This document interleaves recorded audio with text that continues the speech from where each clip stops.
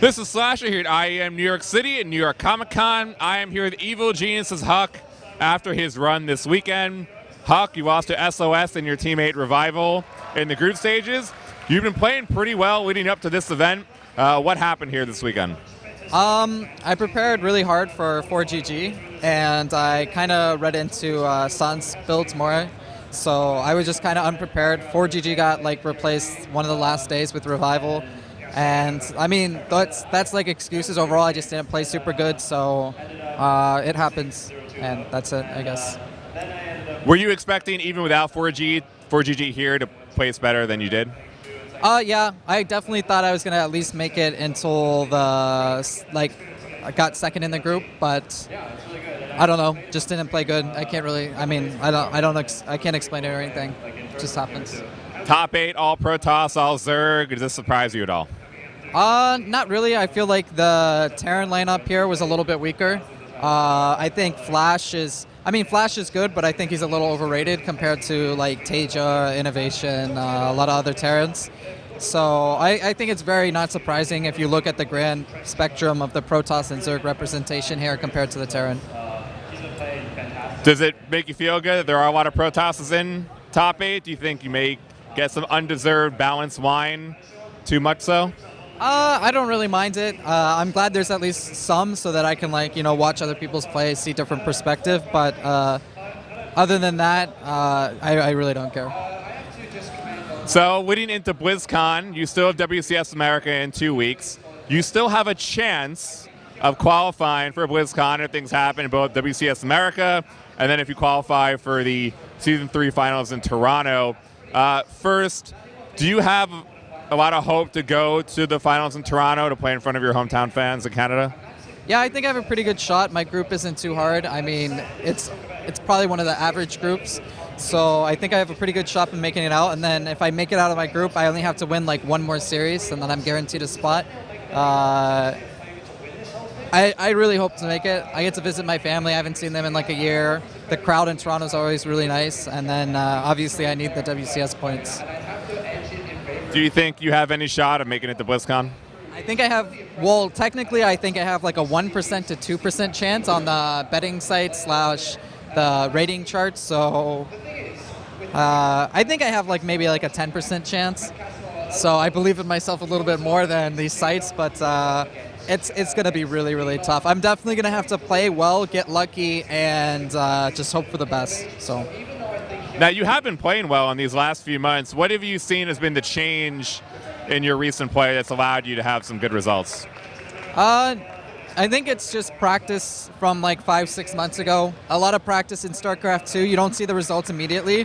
It's you practice now really hard. You'll see the results months later. So I think it's just, being relaxed and being comfortable, and the practice I did 5-6 months ago. With BlizzCon next month, this year's WCS is coming to a close. Next year's WCS is already in the planning stages now. What are your general thoughts about how WCS went this year, and what would you like to see change for next year? Well, I'll just start with the change. Obviously, region lock, I think it's necessary for many reasons, but WCS this year, I mean, it was okay. I think everybody would have preferred it being the year before's WCS. The year before when they had WCS, it was a shit ton of money, and it was all national. So Canada had their own, and then US had their own, and Mexico had their own, and it was a really good money. And then they had a North American one. This year it was kind of really hectic. A lot of Koreans, obviously, and I don't think we saw the same home story backing.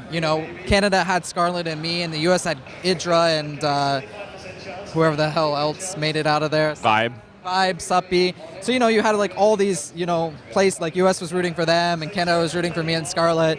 Korea had their backing, and, it was cool to meet up at the end and have a really good tournament. But as it is now, I think, with BlizzCon, it's going to be at least 14 Koreans, maybe 1 or 2 foreigners. So it's not going to be, really fun for foreigners where they can't cheer for foreigners. Do you believe changing WCS next year will help revitalize some of the StarCraft 2 community that we've seen been back and forth these last few months. You've been very delicate with wording that. I think it could. It's kind of a problem because we already have this mentality that foreigners can't compete with Koreans, where if you compare it to something like LCS, and in the LoL community, for example, they don't really face the fact that Koreans are that much better. Like, everybody kind of knows Koreans are better, but they don't understand how much better they are, because we literally play Koreans every week. Like, I play Koreans here. When I go to WCS, I play Koreans. When DreamHack Winter comes, I'm going to play Koreans. If I qualify for Red Bull, Korean.